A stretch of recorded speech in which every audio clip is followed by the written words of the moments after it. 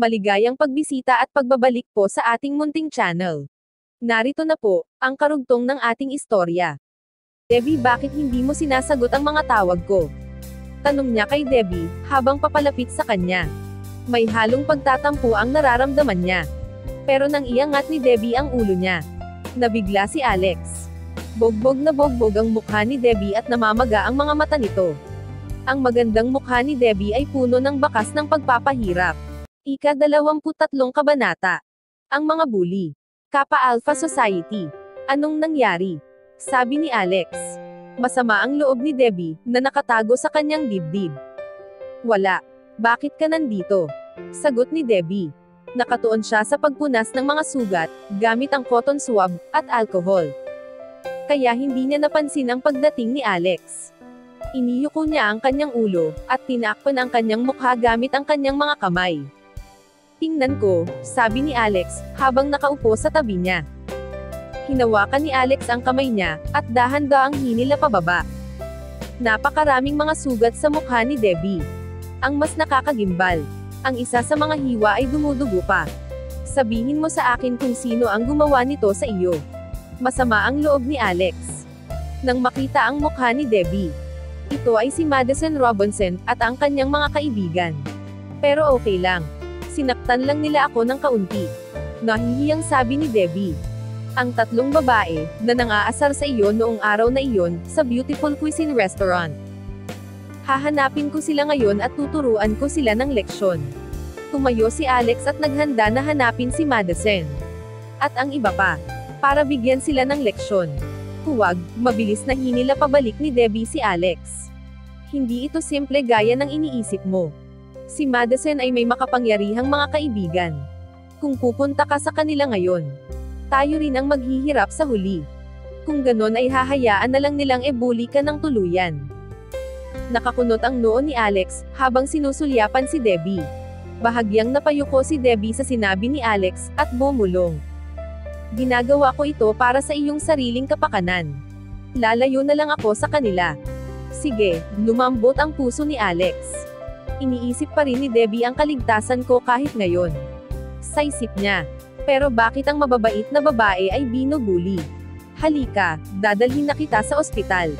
Hinawakan ni Alex ang kamay ni Debbie, at aalis na sana. Hindi na kailangan, napakamahal ng ospital. Wala akong ganyang pera. Bulong ni Debbie, at okay na daw siya dito. Hindi mo kailangang magbayad. Tumingin si Alex nang may pakiusap kay Debbie, at hinila siya patungo sa ospital. Mabilis na naasikaso ang mga sugat ni Debbie at binayaran ni Alex ang bill. Salamat. Babayaran kita agad pag nagkapera na ako. Tumingin si Debbie kay Alex, at nakaramdam ng sobrang saya. Ramdam niya ang pag-aalala nito sa kanya. Hindi siya nagkaroon ng lalaking nag-aalaga sa kanya tulad ng ginagawa ni Alex. Pag-usapan na lang natin ito sa hinaharap. Wika ni Alex. Wala siyang pakialam sa pera. Hindi ka pa kumakain, tama ba? Dadalhin kita sa isang magandang kainan. Isang magandang lugar, nanlaki ang mata ni Debbie. Hindi siya komportable at hindi sigurado kung gusto niyang pumunta. Hindi pa siya nakakakain ng halagang $5 na pagkain sa cafeteria, lalo na ang isang mamahaling pagkain sa isang magandang restaurant. Nagpatuloy siya. Huwag na sobrang mahal doon. Sa tingin ko ang pagkain sa cafeteria ay masasarap. Pero singit ni Debbie. Pinigilan siya ni Alex. Umiling siya at ngumiti. Pagkatapos ay hinawakan ni Alex ang kamay niya at hinila siya palabas ng campus. Sumama ka na lang. Kumain ka ng mabuti. At huwag kang mag-alala sa kung ano-ano. Sabi ni Alex. Pagdating sa Dahlia Restaurant, medyo nakaramdam ng kaba si Debbie. Dahil mukhang hindi nababagay si Alex kaysa sa kanya. Sa madaling salita, mas mukha pang mas mahirap tingnan si Alex kaysa sa kanya. Pumupunta ba talaga siya sa restaurant na ito? Pagtataka ni Debbie. Hindi biro ang lahat dito. Pero nang makita niya si Alex na kalmadong nag-o-order ng pagkain, na-relax si Debbie. Nagsimula niyang isipin na si Alex ay isang misteryo. Ang mga binibitawan niyang mga salita ay mataas ang kasiguraduhan at karanasan. Tapos sabi ni Alex, hintayin mo ako dito. Kailangan kong pumunta sa banyo. Babalik din ako kaagad. Naglakad siya papuntang restroom. Mag-isang nakaupo si Debbie sa kanyang upuan. Nakatingin sa paligid niya. Hindi pa siya nakakapunta sa ganoong sopistikadong restaurant. Kaya na-curious siya sa lahat. Tapos may narinig siyang boses sa isang tabi. Si Debbie ba iyon? Sabi ng boses. Napaigting ang nerbiyos ni Debbie at naikuyom niya ng mahigpit ang kanyang mga kamao. Alam niyang si Madison iyon. Siya talaga, akala ko nagkakamali ako. Tumayo si Madison sa harap ni Debbie, at nakatingin sa kanya ng nakangisi. Tumabi sa kanya ang dalawang kaibigan ni Madison. Sigaw ng isa sa kanila. Nababaliw ka na ba nitong mga nakaraang araw? Una, kumain ka sa Beautiful Cuisine Restaurant, at ngayon ay lalo kang gumagasta. Isipin mong naglalakas loob ka talagang pumunta dito at kumain. Si Madison ang pumalit. Walang hiya ka talaga. Inuubos mo lang ang scholarship sa ganitong paraan. Once a week lang kami pumupunta dito. Isa kang kawawang talunan na hindi man lang kayang kumain. Sino ang nagbibigay sa iyo ng karapatang kumain dito? Habang nagsasalita si Madison, hinila niya ng husto ang buhok ni Debbie. Napaatras ang ulo ni Debbie. Inilalantad ang sobrang puti niyang leeg. Huwag mo akong saktan dito, wika ni Debbie habang umiiyak siya. Pagbalik natin sa campus pwede mong gawin lahat ng gusto mo sa akin. Ayaw ni Debbie na makita siya ni Alex na binubugbog. Nang marinig nila si Debbie, na humihingi ng awa. Lalong nakaramdam ng saya si Madison, at ang dalawa pa. Lahat sila ay nagsimulang tumawa ng masaya. She trying to trick us. Dati, hindi man lang siya nag-iingay kapag sinaktan natin, lalo na ang paghingi ng awa. Ngumisi si Madison habang hawak-hawak niya ang buhok ni Debbie, at buong lakas niyang hinila pabalik. Inilapit ang mukha niya kay Debbie, at sinabing, "Dahil hiniling mo na pakawalan kita. Hindi ko ito gagawin. Magiging patunay iyon, na ikaw ang aking asong babae. Isang aso, sa ilalim ng aking kontrol." Dahil doon, sinampal ni Madison si Debbie, at itinaas ang kanyang braso para sampalin muli. Nagsisimula nang maghilim ang mga sugat sa mukha ni Debbie, ngunit sa lakas ng sampal ni Madison, ay nahati muli ang ilan sa mga sugat nito. Napakasakit noon. Sinubukan ni Debbie na kumawala. At nang makawala, sabay takbo. "Bumalik ka dito," sigaw ni Madison. "Tumigil ka sa pagtakbo, lagot ka sa akin pagbalik natin sa dorm." Galit na galit si Madison, at ang kanyang mga kaibigan kay Debbie. Si Debbie ay hindi isang tanga. Alam niyang kailangan niyang makaalis doon sa pinakamabilis na paraan. Habang sinusubukang makaalis ni Debbie, nabangga niya ang isang matipunong katawan. Si Alex iyon. Naisip niya at bumilis ang tibok ng puso niya. Nahulaan na ni Alex kung ano ang nangyayari, nang makita niyang aktwal na sinasaktan si Debbie. At pagkatapos ay nakita ni Madison at ng kanyang mga kaibigan si Alex. Hinawakan niya si Debbie, at malamig na tumingin kay Madison. Bahagyang tumingin si Madison kay Alex. At sinabing, "Hindi ba ito yung isa pang dukha na kumakain sa Beautiful Cuisine Restaurant? Nagkatuluyan ba ang dalawang taong ito? Hahaha. Bagay na bagay talaga kayo." Nakisali ang isa sa mga kaibigan niya. "Nagtataka ako kung bakit siya tumatambay sa labas nitong mga nakaraang araw. Para siyang nagnanakaw ng mga lalaki sa labas. Ikaw walang hiyang desperada. Sa kabutihang palad, ikaw lamang ang nararapat sa isang mahirap na tol-unan katulad niya. Bakit mo siya sinaktan?" Mahinahong tanong ni Alex. Natatawang sagot ni Madison, nang may pang-aasar. "Bakit, kailangan pa ba ng dahilan, para ibuli ang isang dukha? Aso lang si Debbie. Ang laruan sa dorm namin. Kailangan bang may dahilan ang master para saktan ang aso niya?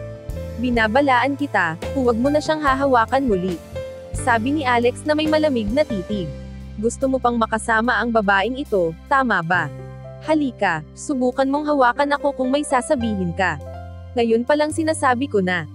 Kung may gagawin kang kahit ano, pagtitripan namin siya hanggang sa mga susunod pa na mga araw, hanggang gusto namin. Wala kang magagawa para pigilan ako." Mapanuksong sabi ni Madison. Nang sasampalin ni Alex si Madison, hinila siya pabalik ni Debbie, at umiling sa kanya. Noon lang, 3 lalaki ang pumasok sa restaurant at naglakad patungo kay Madison. Lahat sila ay magagara ang pananamit, at maliwanag na nandito sila para makipagtagpo kay Madison, at sa kanyang mga kaibigan para kumain. Miss Robbins, anong nangyayari? Naghahamon ba ang lokong ito? Tinuro ng malaking lalaki na naka-undercut si Alex, habang kausap si Madison. Isa pang lalaki, na may tato sa braso, ang humarap kay Alex. Tanga ka ba? Ang isang tulad mo ay naglalakas loob na subukan si Miss Robinson. Hayaan mong sabihin ko sa iyo ngayon din. Lahat kami ay mula sa Kappa Alpha Society. Kung alam mo kung ano ang makakabuti sa iyo, layuan mo kami. Tinulak pa ng natitirang lalaki si Alex palayo. Umalis ka na o baka masapak kita ngayon. Gusto pumalag ni Alex sa kanila, pero hinawakan ni Debbie ang kamay niya, at bumulong. Tara na. Napagtanto ni Alex na magiging katangahan ang makipag-away sa kanila ngayon. Wala siyang pakialam sa mangyayari sa sarili niya, pero ayaw niyang masaktan muli si Debbie. Sa halip, sinundan niya si Debbie patungo sa pintuan. Hindi mo ba tutulungan ang iyong dukhang kasintahan lumabas? Nakakahiya. Kung may boyfriend akong katulad mo, tiyak na itatapon kita. Tumayo si Madison sa likod ng lalaki habang naka-cross arms at pinagmamalaki siya. Ano ang Kappa Alpha Society? Tanong ni Alex kay Debbie, habang palabas sila ng restaurant. Sagot ni Debbie, ito ay isang gang na malapit sa aming paaralan. Napakalakas nila. Si Madison at ang iba, ay kabilang sa Kappa Alpha Society. Kaya naman hindi tayo dapat mapunta sa maling panig nila. Kaya naman pinigilan kita. Walang sinabi si Alex. Sa puso niya, ay lihim niyang napagdesisyonan, na dapat siyang gumawa ng paraan, para ipaalam kay Debbie, na siya ay hindi isang taong dapat pagtripan. Ang yaman at koneksyon ng pamilya ni Alex, ay hindi talaga biro. Napagdesisyonan kong umalis na sa dorm. Tumingin si Debbie kay Alex, at nagpatuloy. Nilibot ko ang paligid ng school at may nakita akong kwarto. Isa lang ang kama, at walang internet pero sa tingin ko ay maganda ito. Uupahan ko iyon. Nang marinig ito ni Alex, buong puso siyang sumang-ayon. Kung nakatira si Debbie sa labas, hindi siya mabubuli ni Madison. Gayunpaman, ang silid na nakita ni Debbie, ay masyadong basic. Nagdesisyon si Alex na sorpresahin si Debbie, sa pamamagitan ng paghahanap sa kanya ng mas magandang matutuluyan. Dinala muli ni Alex si Debbie sa ospital para ma-rebandage ang mga sugat nito. Pagkatapos ay kumain muna sila sa cafeteria. Bago sila tuluyang naghiwalay. Kinabukasan, sumakay si Alex ng taxi, at diretsyong pumunta sa Green Island Garden District. Isang upper-class residential district, malapit sa Preston University. Buong araw niya itong pinag-isipan. May pera na ako ngayon, sa isip niya. Bakit hindi ko ibili ng bahay na matitirhan si Debbie? Mas magiging komportable at maayos siya kaysa sa pag-upen ng kwarto. Ang Green Island Garden District ay isang maliit at exclusive na residential area na binuo sa nakalipas na mga taon. Ito ay maginhawa para sa mga pagbabagong anyo. At may mga magagandang pasilidad. Ito ay sobrang marangya. Isang maliit na super luxurious subdivision sa distrito ng New York. Dumiretso si Alex sa sales office. Ang kasalukuyang manager ay si Darla. Mas maganda na siya kaysa nung huli. Sa pagbebenta ng property dito ay nakakakuha siya ng komisyon na $50,000. Nabalitaan ni Alex mula sa kanyang mga kaklase, na si Darla ay handang gumawa ng mga kahiyahiyang bagay para sa kanyang mga customer, para lang makabenta ng bahay. Usually, kapag nakita ni Darla at ng ibang mga personnel na may customer, na pumasok, agad naman silang sasalubungin ng nakangiti. Gayunpaman, nang makita nilang pumasok si Alex, walang lumapit para sumalubong sa kanya. Hanggang dito na lang po muna. Sana ay subaybayan po ninyo ang ating istorya. Maraming salamat sa pakikinig. Hinihiling ko po ang inyong suporta sa ating munting channel.